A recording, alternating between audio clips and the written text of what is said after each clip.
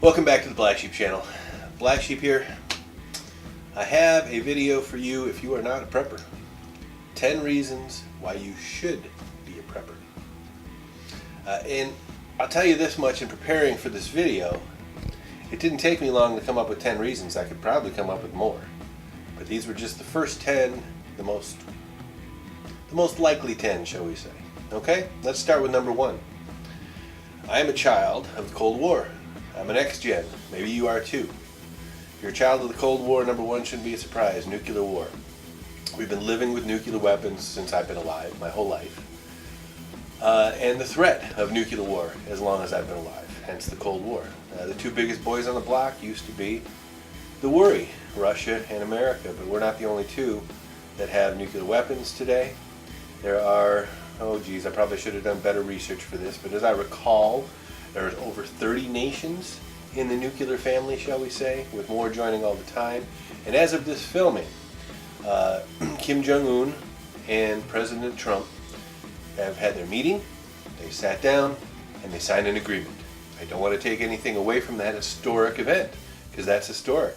That's the first time in over 60 years in this country where the presidents met with the leader of North Korea and they hashed out some kind of an agreement. There's a lot of criticism currently in the major media right now about the details of those things. But suffice to say, we're hopefully headed in the right direction with North Korea, but even if we are, like the pundits will say, it's going to take years to verify a denuclearized Korean peninsula. And then we still have Iran to worry about. And then there's still Russia. And then there's still the South China Sea. So, number 1, still an issue today. I've been a child of the Cold War my whole life. I just turned 50 recently, and here we are 50 years later, and nuclear war is still a problem. Okay, that's number 1. Number 2, a nuclear accident or a nuclear incident. This is not the same as nuclear war. There's 2 different ways this could go down. I'm reading a book currently called Command and Control right now by Eric Schlosser. Eric Schlosser, he's the guy, he's done some 60 Minutes work, I think, same guy. But a book about command and control, I'm digging through it. And accident, we were just talking about nuclear weapons. We've had them for over 50 years in this country. Just having them deployed is a risk. You want to talk about the broken arrow issues, how many nuclear weapons we have lost, how many nuclear weapons Russia's lost. Accident. So there's a weapon accident is one thing, and then here's a more common accident for you. Also a child of Chernobyl. I was in high school when Chernobyl happened. A nuclear accident, like a nuclear Chernobyl, or look now, Japan. Fukushima. Those are still affecting us to this day. I can be dated because of the Chernobyl. I've got radiation in my bones, as do you, that will match the Chernobyl incident. And Fukushima, I'm sure we'll see, is the same type of a thing, worldwide incident. Even though you don't think it's a worldwide event, it's a worldwide event. Those things happen. So those are currently happening, and that's not to say that something else could happen. So nuclear accidents, another issue to worry about. Another reason why you want to prepare. Number 3 on my list for preparing, natural disasters. That should be a no-brainer. Whether you're living in Florida dealing with hurricanes. I shouldn't just say Florida. I live in the Midwest, and here we had a couple years ago a hurricane zipped up the East Coast, affected New York City, and the back end of that storm hit us here in the Midwest. You know, we didn't get anything serious from it, but we were affected in the Midwest by a hurricane. So, whether you're dealing with hurricanes, wildfires in Southern California, the earthquakes in Southern California, California at large, the Hayward Fault is sprung ready to go. The San Andreas is overdue by 150 years. My wife and I lived in Southern California on the San Andreas Fault for many, many, many years. Who could forget the volcano, Hawaii right now? That thing's been erupting since I've been in high school, but all of a sudden we got some vigorous change in the eruption, and there's over 400 people lost their home, over 400 homes destroyed, so more than 400 people, thousands of people are homeless in Hawaii right now. And that's an ongoing event. That's Mother Nature making more in the United States. Hey, America's getting bigger. But thousands of people in Hawaii have lost their homes and their businesses and their livelihoods. And that whole island's being affected currently and will be affected, it looks like, for the near term, probably for the next few years this event's going to keep going. So Hawaii, look how quickly that came upon those residents, where they all of a sudden, boom, they got a neighborhood one day, and the next day, you have a volcano coming up in the middle of your neighborhood. That happened to people. Now, just because it didn't happen to you, That's the mindset often for criticizing a prepper. It's didn't happen to me. I've never experienced a volcano. Why should I have to worry about it? Well, there's people right now that are real life people, flesh and blood people with lives and kids and families that are being affected by it. And it's arrogant and stupid to think that natural disaster won't affect you. There's a whole lot of ways a natural disaster can reach out and affect you. So natural disasters, boom. Number four, EMP or a grid down scenario.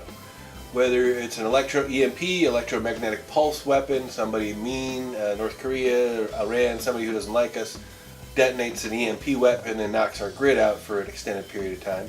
Or if it's a naturally occurring event, the solar ejections. Even though we're heading into a winter minimum, it seems like we're getting a whole lot of solar rays heading our way that are disrupting satellites and worse. If we get a good enough jolt coming from the sun headed at the right time, the whole grid will go down. Our grid is an aging system here in the United States, and it's fragile. And whether it's an attack from an enemy, or whether it's the sun burping out something naturally, and it's just unlucky timing, the grid could go down. As soon as the electricity goes out, what are you going to do? There's no more Google.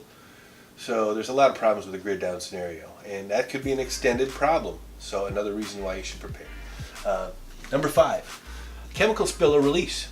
Let's think about this. I am not far where we live from a Dow chemical plant. So a chemical spill is something we talk about here locally. That's something we're aware of. And fortunately for where we live, the prevailing winds, we're not in immediate danger, but it's something to be aware of for a chemical plant. Maybe you don't live near a chemical plant. Maybe you're sitting there going, Blacksheep, but I don't live anywhere near a chemical plant. I bet you live within 10 miles of a railroad track, railroad crossing. Look around your area and take a look at what's being carried on the rail these days. And look at how many derailments and accidents are happening on our infrastructure. Again, the railroad needs attention. We need to rebuild our bridges, our roads, our railroads, our infrastructure in this country. So you got a railroad car with some nasty gas, and it derails, and it's within a few miles of your house. Guess what? You've got a bug out scenario going on that you didn't expect. You've got, just like the people in Hawaii had, you've got seconds maybe, or a minute or two to grab what you can grab and get out your door for the safety of your family. What are you going to grab? This is why we have go bags. Go bags are designed for that very scenario. We got to go now. We can only grab a couple things. We're going to grab our go bags and our phones and our guns, and out the door we go. Okay, so that is chemical spill or release. Economic collapse would be number 6. Number 6, economic collapse. 2008 comes immediately to mind. It was not an economic collapse, but it was certainly an economic adjustment for me and a lot of other Americans in this country. I was one of tens of millions in this country in 2007, 2008, when the economy slid, who lost their job. I was in a company, a large company with over 5,000 employees at the time. They had one round of layoffs that managed to miss me. The second round of layoffs managed to miss me. And the third round of layoffs got me square. I was out on the street. And by the time I was out on the street, a month or two later, the office I worked at was completely closed. So, economic collapse. It can happen. It can happen again. They're talking about bubbles all the time. And if that happens, what are you going to do? What are you going to do to feed your family? What are you going to do to prepare? So, economic collapse. Number 7. Number 7 is kind of scary because it's my scariest one on the list. I think it's the most probable on the list. Pandemic. Flu pandemic, Ebola, virus, call it what you want. A pandemic, a bug, is coming. We're overdue. And there's a lot of different reasons a bug is coming. You can do your research on the topic. The overuse of antibiotics in humans, the overuse of antibiotics in our livestock, in our food supply. You're getting all kinds of weird things going on. I just read an article on H7N9, I believe it was, bird flu coming out of China. They've known about this for a year, but China's not one of them share information with you kind of countries, you know? So they've had this bird flu that's nasty. It's got a 38% mortality rate. It's jumped from birds to mammals without mutation, sat quietly in mammals, and can be transmitted to humans. They've lost... was it 2,000 people sickened and 38% mortality rate, 600 some people died in China. So far, real life, this is happening right now. And don't forget the DRC, the Democratic Republic of the Congo, the DRC, has an Ebola problem going on. It's not getting a lot of major media attention right now, but there's dozens dead from Ebola, and it's a virulent strain of Ebola with a mortality rate up over 38-40%, as I understand it. So another reason to, I think pandemic's the one that's going to get us. 1918, in the world, 100 million people in 1918 died from the flu. 100 million people. That flu had a mortality rate somewhere around 12%, as I recall, 11, 12%. That was a mortality rate in 1918. 100 million people died.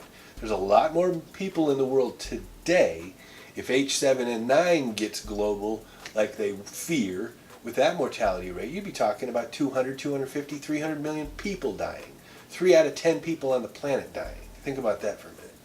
So, as small as they are, those little microbes, those little bugs, those little viruses, I think they wreak the most potential for disaster in my lifetime anyway. That's what I'm most worried about. And that's another reason I'm happy to be out of retail sales and working online right now. But anyway, pandemic is number 7. Number 8, some kind of a terrorist attack or a WROL situation without rule of law. So whether it happens from an attack from one of our enemies, whether it's a revolt from within our country, because we're certainly tearing ourselves apart in this country rather than bringing ourselves together. There's a lot of deep divisions being formed in this country lately, and I hate to see that. So if something happens like that in our country, some kind of disruption, that's another thing to prepare for. The authorities will be busy, and they aren't going to come help you. You're going to have to help yourself in that scenario. Number 9 is a simple one. Number 9 is a simple one that this household, we've survived before. It's a personal one. It's a job loss or an illness from the main breadwinner. We talked about 2008 just a second ago when I lost my job and what we did to survive. That can happen. That can happen to anybody. You can get sick without notice. You can get injured without notice. And you can lose your job without notice. And then what are you going to do? In our household, I'm the single breadwinner. The wife doesn't work. So what happens in your household if the breadwinner gets sick or loses their job suddenly or can't replace their job suddenly? For some reason you lose that income. That's as bad as a natural disaster for a household, for your family. And that's what we're talking about, is protecting your family. When we talk about reasons to become a prepper, why you want to be a prepper, it's about family. That's what it comes down to. Number 10, the 10th reason you should become a prepper is peace of mind. Peace of mind. We all have excuse me, a little cough today. We all have car insurance, auto insurance. Some states you have to have it. So we all have auto insurance. We've all got home insurance or renter's insurance. We've all got health insurance because we have to. As Mr. Obama said, we all have to have health insurance. We all have health insurance. Those are all insurances that we have.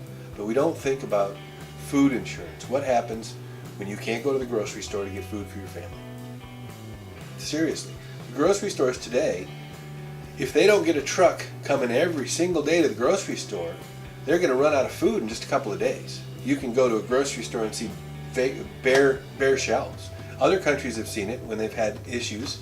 El Salvador, for crying out loud, they're having a heck of a time down there. Colombia. We could go on and talk about other countries and what happens when you show up at the grocery store and there's nothing on the shelves. What do you do then? So have some food insurance set aside. There's a company we started working with here on the Blacksheep channel. It's called My Patriot Supply. They're excellent source of long-term survival supplies, food, and some other survival things you need. I will put the link in the description below. And guess what? This is an affiliate link. We've been accepted to their affiliate program. So this is an affiliate link. If you click on that and buy something from My Patriot Supply, you'll be helping out the channel. I'll put the link in the description below. I appreciate it. So anyway, those are my 10 reasons. And like I said, it didn't take long to come up with those 10 reasons. It was real easy to come up with those 10 reasons. You come up with your own reasons, okay? Think about it. Think about what I said. Do your own research. And think about your family and how will you protect your family if something happens and you can't go to the grocery store for food, the power goes out, there's no electricity, you won't be able to get gas for your car. Whatever it is, how are you going to protect your family? It's your job to protect your family, like it's my job. You're the head of the household, you're in charge. You're the mom, you're the dad, you're in charge. What are you going to do? Leave your comments in the comment section below. I appreciate you watching this video today. I'm running a tubathon, a subscriber-thon if you will right now. This is a series of 30 plus videos. I'm doing one new video each day for 30 plus days to drive new subscribers to my channel. It's been working very well. I've been very well received. Thank you all for hitting the subscribe button. If you haven't hit it already, hit it. Share this on social media. Give me a thumbs up if you like this video. I appreciate you watching. Thanks for coming to the Black Sheep channel today, and I'll see you guys next time.